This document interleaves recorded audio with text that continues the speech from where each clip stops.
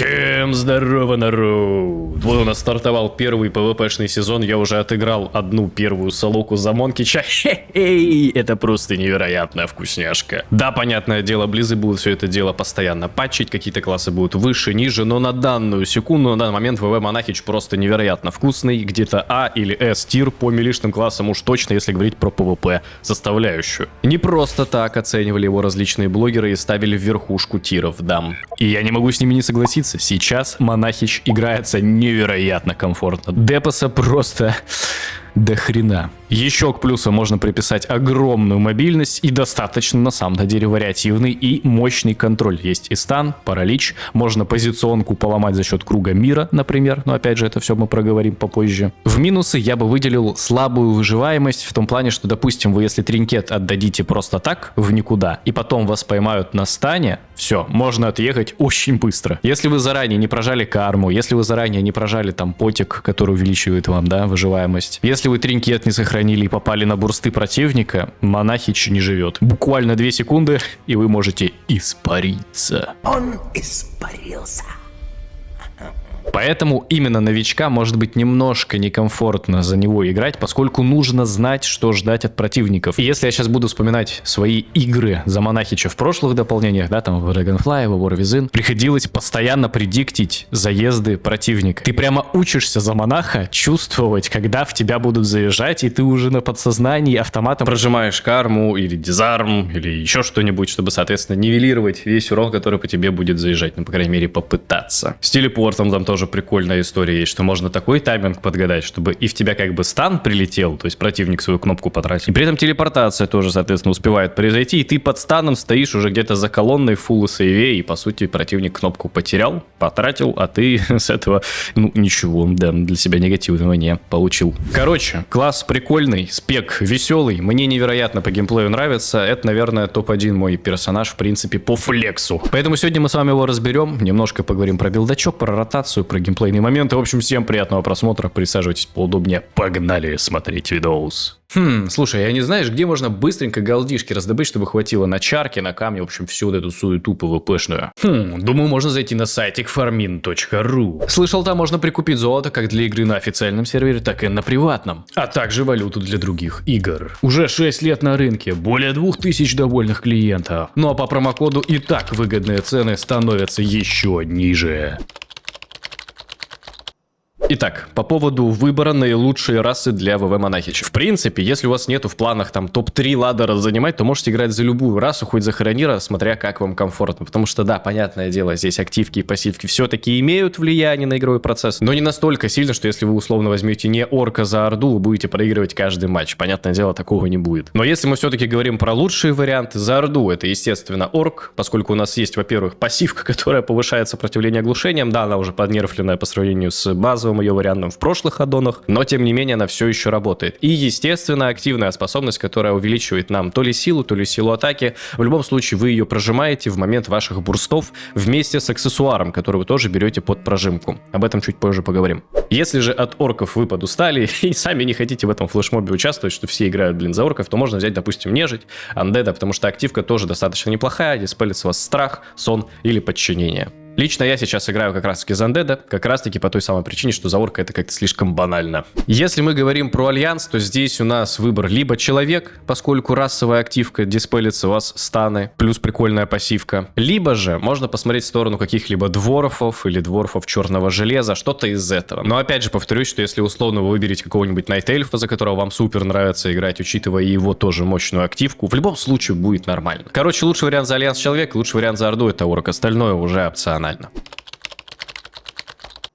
Итак, давайте глянем на билдачок, на таланты. Он, конечно, был составлен до патча, и он, скорее всего, будет немножко корректироваться в рамках сезона, но плюс-минус ситуация общая, я вам сейчас про все это расскажу. Итак, какие таланты можно и нужно менять? Если мы играем против разбойников или против кастеров, которые накидывают болезни, типа там ШПшники, варлоки, или если мы, кстати, еще против ДКшника играем, который тоже на нас болезни накидывает, берем детоксикацию. Прикольная способность диспелить всякую неприятную хрень либо с вас, либо с ваших тиммейтов, смотря в кого нажимаете, и приятно, опять же, против рок играть играть, просто яды снимаете. Если же в лобби противников таких нету, или если мы говорим про Солоку, допустим, перемешивается команда, он попал в вашу тиму, то просто убираем детокс, и можно уже выбрать какой-нибудь приятненький талант. Я вам рекомендую брать либо перенос энергии, это если мы играем против кастеров, и вы будете постоянно хикать способности, супер вкусно добавляет нам, снижение КД. А учитывая, что один заряд нашего кувырка, по-моему, секунд 20 кдшится, да, то 5 секунд срезать это, вообще супер приятно. За каждое успешное применение, соответственно, руки копья. Ну и также, соответственно, да, еще кдшку на паралич снизить великолепно. Если же кастеров нету, или вы понимаете, что где-то будет вражеский лекарь условно далеко стоять, и вы не дотянетесь, естественно, данный талант не берем. И можно взять либо какую-нибудь усиленную хилку, к примеру, просто пассивно будет работать нормально, почему бы и нет. Если вы играете против каких-нибудь воинов, можно задуматься над тем, чтобы взять,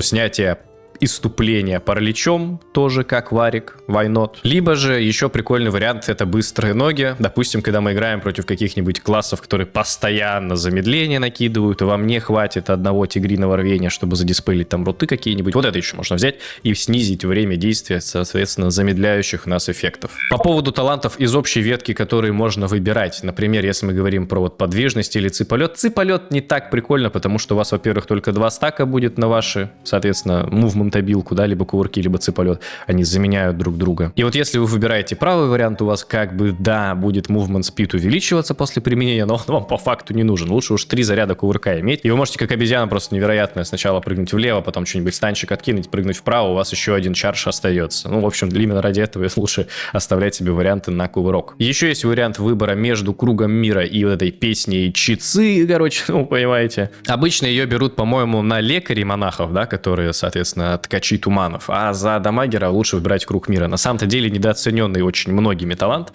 или, по крайней мере, теми, кто за монаха не играет. Потому что в этим кругом мира можете не только себя дефать, например, я не знаю, если разбойник какой-нибудь скрывается, или вар хочет чаржи нажать, просто ставите под себя, и даже если у вас какой-то стан прилетает, это доставляет проблемы для противников, чтобы вас дамажить, именно милишников, понятное дело. А если мы говорим про кастеров, то данная штучка может очень серьезно ломать им игру, потому что, во-первых, базовое применение — это вы откидываете противника, прерываете тем самым каст, но также вы можете круг мира использовать, чтобы подкинуть, допустим, кастера к вам поближе и сломать ему позиционку. Условно, вот это дамагер 1, это дамагер 2, вы здесь как-то с ними сражаетесь, а лекарь стоит немножечко поодаль. И вы хотите вроде бы всех застанить, но дистанции не хватает. Вы берете круг мира, нажимаете куда-то в данную позицию, подкидываете лекаря и станете всех троих. Либо есть еще один вариант, что, допустим, если вы видите, что вражеский кастер или лекарь очень близко к какой-нибудь колонне находится или к стенке во время арены, вы можете подловить его, допустим, параличом, просто застанить его, и потом сделать так, чтобы его круг мира постоянно откидывал в стенку, и это багается, и вот так вот начинает просто баунсить постоянно кастер, и не может ничего нормально нажимать. В общем, это такое дело наигрываемое, и, в общем, я вам рекомендую привыкать именно к кругу мира. Это мы проговорили про общую ветку монаха, теперь давайте рассмотрим ветку именно Виндволкера, который как раз-таки наш спековый вариант. В принципе, я бы здесь вообще ничего не менял, мне прям все супер нравится. Единственное, что у нас есть выбор между ударом Владыки Ветра и между ударом Крутящего Дракона. И вот в некоторых ситуациях выгодно будет взять именно удар Крутящего Дракона. Рекомендую так делать, когда вы играете в лоббаке кастеров, когда у вас нету противников-милишников, и вам незачем брать, по сути, талант Турбокулаки, можно его заменить на данный вариант — взмах взлетающего дракона. И, соответственно, вместе 2 данных таланта позволяют вам подкидывать противников вверх. И пока они вниз падают, естественно, тоже это для них доставляет проблемы в плане кастования способностей. То есть вы нажимаете условно удар восходящего солнца, нажимаете турбокулаки, и у вас активируется удар крутящего дракона. Вы его тоже клацаете, и противники подлетят вверх и будут медленно падать вниз. Соответственно, это будет мешать им кастовать. Вот эти манекены, которые по пол хп сносят за секунду, это, конечно, умом, да. Но, опять же, если мы говорим про обыкновенные лоббаки, когда против вас есть милишники, то по базе всегда оставляем себе удар Владыки Ветра, неистовые вот эти турбокулаки по ВПшным талантам и не паримся. Раз уж мы перешли к PvP-шным талантам, опять же, супер сильный, супер базовый, который всегда берется талантыч, это турбо-кулаки. Единственное исключение, это когда мы играем против кастеров, и только ради замедления, как будто бы талантыч брать не хочется. Но если мы говорим про милишников, парировать входящие тычки физические, это невероятно ультимативная способность. По итогу ваши турбо-кулаки вы используете не только ради нанесения дамага, но еще и в моменте можете, допустим, какие-нибудь важные способности противника запарировать или там просто депа снизить снизить от того, чтобы там чел прожался, хочет вас продамажить, а вы ему просто парирование в лицо нажимаете и все. Чел уже будет во фрустрации находиться. Вторым PvP-шным талантом, соответственно, рекомендую брать дизарм. Опять же, если в этом есть смысл, вы играете против, миликов, которым нужно этот дизарм накидывать под бурсты. Разбойники различные, к примеру. Если же милишников нет, то опять же есть смысл отказаться от турбокулаков, взять удар восходящего дракона, здесь вот взять вот это. Отказаться от дизарма и, допустим, выбрать себе какой-нибудь талантик по типу оседлать ветер. Просто остальные таланты гораздо слабее выглядят. Вот вы можете прям сами это все видеть. Именно поэтому монахи очень любят играть в лоббаке милишников. Но когда лобби кастеров, это для вас уже превращается в проблему. Третьим PvP-шным талантом всегда беру пробуждение ветра. Альтернативы мне вообще не нравятся. И, в общем, да, неприятненько в этом плане остальное у нас. Но в идеале, опять же, конечно, попасться против милишников и просто по базе вот так вот раскачаться. Все, и по талантам закончили. Сейчас поговорим немножко, наверное, про бурстовую ротацию и, в принципе, про геймплей. Какие у нас есть варианты для максимального нанесения урона в соло-таргет за минимальное количество времени соответственной? Это способность удар восходящего солнца плюс удар владыки ветра. Да, турбокулаки тоже приличного депаса наносят, особенно после прожимки вот этой Зенчи, новый спелл, который нам добавили. Но если мы хотим прям вот за минимальное время максимум депаса выдать, то в идеале я для себя определил такую, стратегию. Мы подходим, накидываем паралич по какому-нибудь противничку. Можно один раз нажать, соответственно, в него выведение из строя, но именно замедление, потому что паралич не сбивается. Нажимаем один раз лапу, один раз нажимаем удар восходящего солнца. После этого мы станем противника, и уже пойдет жесткая вот так вот прожимочка. И за счет того, что мы кастуем Зенчи, откэдэшивается удар восходящего солнца. И вы по факту 2 подряд этих удара в него закидываете. Так, к манекену дальше подходить не будем, потому что сейчас мне сломают лицо. Так, вроде спылы у меня откэдэшились. Давайте сейчас покажу это еще раз, только если побыстрее. Соответственно, на правом манекенчике сделаем, потому что левый что-то слишком больно нам делает. И вот если вы еще в идеале ловите прок на удар ногой, потом у вас откэдэшивается удар порыва ветра, который как бы прок на удар восходящего солнца. И потом уже чуть-чуть остается до кэдэшки следующего удара восходящего солнца. И вы по итогу очень много депаса за очень маленький промежуток времени наносите по противнику. Естественно, перед тем, как всю эту прожимку по депасу выдать, вы должны прожать расовую активку орков, если вы за них играете, и, соответственно, тринкет, который повышает вам основную характеристику. И вот если мы говорим про каких-нибудь андедов, да, в моем случае, то я просто себе переношу, соответственно, тринкет на панельку и его использую. Но если мы говорим про орков, то вам в идеале нужно создать себе макрос. И вот в этом макросе вы просто прописываете себе расовую способность, именно про орков, если мы говорим, и потом также еще и тринкет сюда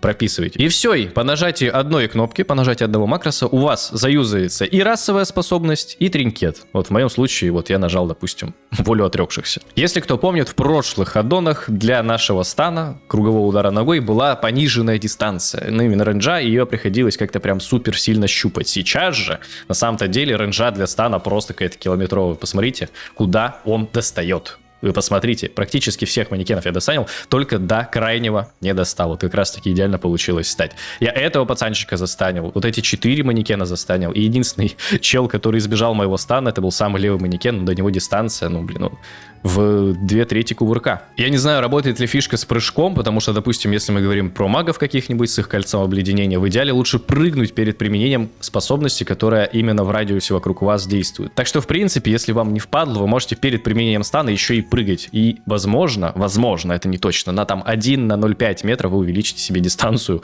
вашего стана. Еще один макрос, который я использую, связан с применением телепорта. Если я сжимаю Alt, то у меня ставится, соответственно, моя копия, к которой я буду телепортироваться. А если я Alt не зажимаю без модификатора, то просто на ту же кнопку я, соответственно, тпшнусь к своей копии. Опять же, достаточно удобно, чтобы место экономить и не ставить 2 способности на 2 кнопки. Можно вот через модификатор Alt, через модификатор Ctrl можно сделать, через модификатор Shift, в общем, как вам удобнее. Если говорить про аддоны, народ, я пока что еще не записывал видеоролик какой-то полноценный, планирую сделать это в скором времени, естественно, сначала появится на бусте, но пока что вам просто названия дам, которые могут вам пригодиться. Бартендер 4 для панели способностей соответственной. Мини-CC, это прям вообще какой-то ультимативный пушка-вышка аддон, который показывает вам на фреймах как союзников, так и противников станы, основные прожимки. Можно настроить подсветку, чтобы вы видели прям как все моргает и точно не пропустили. Также в этом аддоне есть возможность отслеживания контроля, который по вашему лекарю залетает, и так далее. Вместо Гладиуса я прямо сейчас использую S-Arena. Аддон, который, опять же, позволяет отслеживать наличие тринкетов у противников. Вы видите кастбары. В общем, немножко увеличивает вам информативность в сравнении, опять же, со стандартными близовскими арена-фреймами. По поводу неймплейтов, которые вот так вот у меня красивенько достаточно выглядят, это я использую аддон Trade Plates. У него там дохрена настроек на самом-то деле. Можно в этом долго копаться. Вот я скоро сделаю прям полноценный гайд по аддонам. Там все у меня будет. И профиль я тоже приложу. Просто сейчас я его еще не до конца настроил. Иногда он багается. В общем, лучше доделаю и потом все-таки выложу. Также Trade Plates позволяет отслеживать, допустим, различные дебафы, которые вы на противнике оставляете. То есть вот это вот все, это именно за счет аддона Trade Plates. Потому что все сейчас в основном используют Better Bliss Plates. Блять, да ебучий манекен, как же много урона, ну что за бред? Сейчас в основном люди используют Better Bliss Plates, потому что в нем можно настроить отображение союзников красивое, можно отслеживать лекарей тиммейтов, там будет плашечка крестика летать, очень удобно. Но мне он не нравится, потому что там пока что нельзя нормально отслеживать дебафы над противниками, только станы основные и все. В общем, я для себя пока что все еще использую Trade Plates, мне он гораздо больше нравится. В принципе, это прям полноценная такая база аддонов, которая вам нужна. Рекомендую поставить мини-CC обязательно и S-арену, либо там аналоги. Все остальное, в принципе, уже больше для кастомизации и для визуального стиля, который вам больше подходит. По поводу шмота, по поводу статов и так далее. У меня есть отдельный видеоролик, где я прям полностью про весь PvP-шный шмот в принципе, да, в рамках аддона рассказываю, но сейчас быстренько, вкратце пройдемся. Вам нужен фуловый шмот за честь для начала, потом можете уже пойти регать, соответственно, рейтинговые активности, БГшки, арены и так далее. В текущем аддоне, в Миднайте, слава богам, сделали так, что нам не нужны кровавые жетоны для покупки снаряжения, поскольку эти эпические все штучки в рамках PvP активностей повышают свой итем левел на уровень обычного шмота за честь. Вы видите, что там 276 максимальный итем левел. Поэтому, если вы занимаетесь PvP в открытом мире, да, вам нужны вещи за блади токены, потому что они дают классовые бонусы. Но эти бонусы на арене не работают, на БГ тоже не работают. И если вы World PvP активностями не занимаетесь, то данные шмотки вам в принципе не нужны. Шмотки за завоевание продаются у данного продавца, но опять же не спешите здесь этим делом заниматься, это дело покупать, потому что, скорее всего, вам выгоднее будет за счет героических знаков накрафтить себе. Сейчас, по-моему, крафтят запястье и крафтят пояс. И вот в идеале вам нужно открыть какой-нибудь сайт, либо близзардовский официальный с рейтингом арены, либо Murloc.io есть сайт, либо мне еще в комментариях писали Check PvP, тоже есть сайтик. И вот на этих сайтах можно посмотреть, как топовые игроки одевают своих персонажей для любых классов, для любых спеков и так далее. Я думаю, сейчас еще пара деньков пройдет, и я где-нибудь в телеге, допустим, сделаю пост о том, как лучше всего одеть своего монахича. Вот, кстати, вывел вам QR-кодики на телегу, на бусте, можете пока перейти подписаться. По поводу чарок там на оружие, чарок на шмотки, по поводу гемов, которые можно вставлять, соответственно, в гнезда. Сейчас тоже с этим всем еще все разбираются. Нет каких-то конкретных вариантов. И самое главное, нужно смотреть по вашей голде. То есть мы подбегаем на аукцион, заходим в фильтр Item Enchantments, соответственно, здесь выбираем, чтобы только текущее дополнение у нас было. И просто здесь смотрите, что вы, во-первых, можете себе позволить, и что вам прикольные статы дает, соответственно. С гемами, по сути, та же история. Просто отфильтровываем для текущего дополнения и смотрим, что мы можем себе позволить, что мы себе позволить не можем. Единственное, тут стоит присмотреться к primary гемам, так называемым, вот фиолетовые варианты. Для Ванахича, скорее всего, вот этот неплохой будет, который понижает депос по нам, когда мы под эффектом контроля на 5%. Но опять же, стоит это довольно дорого.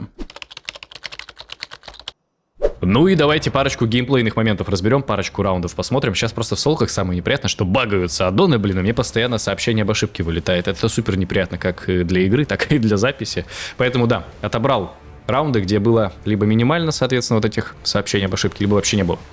Вот сейчас хорошо на самом-то деле сделал вражеский хантыч, он понял, что потеряет все лицо, если нажмет черепашку, но по сути мы выбили из него сейф. И для нас это сейчас выгодно, поскольку как только откатятся способности, можно будет убить ему лицо. Очень здраво. Поэтому мы немножечко такого разминаем, прицеливаемся. Вот можно станчик отдать, да, чтобы вы, видишь, и не подумали, что все хорошо у них. Через фокус накидываем паралич на лекаря, чтобы тоже выиграть немножко времени. И вот смотри, у ханта 50% хп. Он вообще не ожидает, что я сейчас сломаю ему лицо. А у меня удар восходящего солнца, прожимочка максимальная. Удар Винлорда, и все, и пацанчик умер. Я даже еще казнь не успел нажать. Этого хватило. Потому что да, сейчас у Монкича, конечно, супер до хрена бурстового депоса. Значит, следующий раунд просто на яйцах врываемся во всех противников. Огромным станом цепляем вообще всю вражескую тиму. Просто фулл контроль выдал по пацанчикам в это время. Подлетает уже моя команда, ну и, конечно же, да. Вместе с моим паладином, но это, кстати, даже не ретрик, это, если что, прото-танк. Первая же солока, которую я начал отыгрывать, это прото-паладин у меня в команде, ну и в целом в лобби, да. В этом плане, конечно, не повезло, но да, бывает и такое. На самом деле надо что-то с этим делать, потому что танки в солоках поднадоели. И в прошлых аддонах это было. Если сейчас это тоже продолжится в Midnight, это будет максимально неприятно. Вот о чем я говорил. Все. Пошел баг какого-то аддона, приходится релоудить полностью интерфейс, чтобы хоть как-то на время эту ошибку устранить. А это, соответственно, время. Понятно, сбился фокус, вот пришлось, видишь, заново настроить фокус, чтобы вот паралич, дым-сюдым. И это, конечно же, нам немножко дезморалит весь геймплей. Двойной стан, снова неплохо. Бежим дальше сейчас за Хантычем, потому что не хочется его никак отпускать. Под станыч можно было его размять, если бы у него не было бэкстепа, но, в принципе, свои депасы есть. И вот снова, смотри, удар восходящего солнца, снова сейчас можно Дзенши кастануть, снова удар восходящего солнца, снова лапа, снова удар восходящего солнца. И вот так вот вы таргетно очень больно противничку на самом-то деле делаете. Вы либо выбиваете какие-то сейвы из противников, либо, ну, в принципе, просто по проценту хп их сносите. Вижу, что вражеский лекарь бежит фир выдавать, не даю ему за счет круга мира это сделать, просто отталкиваю максимально далеко. В этом плане как раз-таки то, что я и говорил, суперсильный спелл в плане разрушения позиционки для вражеских игроков. Стан от Палыча залетает. Вот из-за того, что у меня протик, а не ретрик, нам не хватает депаса, и приходится, ну, практически в соло, понятное дело, дамажить. Окей, у прота есть дамаг, да, он присутствует, но не, его не хватает, очевидно. Здесь через полет дракона выдаем станчик, можно будет выдать еще, да, паралич, отлично, как раз-таки в долгий каст противнику. Удар Винлорда сейчас отлично, вот как раз-таки призывных мелких адов ДКшника, больше стаков, по идее, удар Винлорд дает. И продолжаем туннелить. Продолжаем туннелить Хантыча. Пошли кулаки. Откидываю приста, чтобы он не видел охотника. Депас. Казнь. Ай. Убили. Все, 5 раундов выиграли. Вот такая вот катка. Забавно. Сейчас, понятное дело, будут первые такие солоки сумбурные. Вот как только пойдет качественный контент, сразу на бусте будут появляться дополнительные видосы с разборами. Поэтому имейте в виду. Вот такой вот видос, народ. Сейчас планирую, конечно, побольше контента выпускать. Очень хочется поиграть в солоки, в аренки, в принципе, погамать. Поэтому, если хотите следить за мной, то подписывайтесь на телегу, на твичугу. Там, соответственно, будут либо анонсы о стримах, либо сами стримы. А по поводу прикладного полезного контента в виде гайда по аддонам, разборам каточек, это все я буду на бусте публиковать. Тоже можете перейти и ознакомиться. Все, и на сегодня завершаю, народ. Всем удачи, всем прогрессии в PvP. Всем на сегодня пока.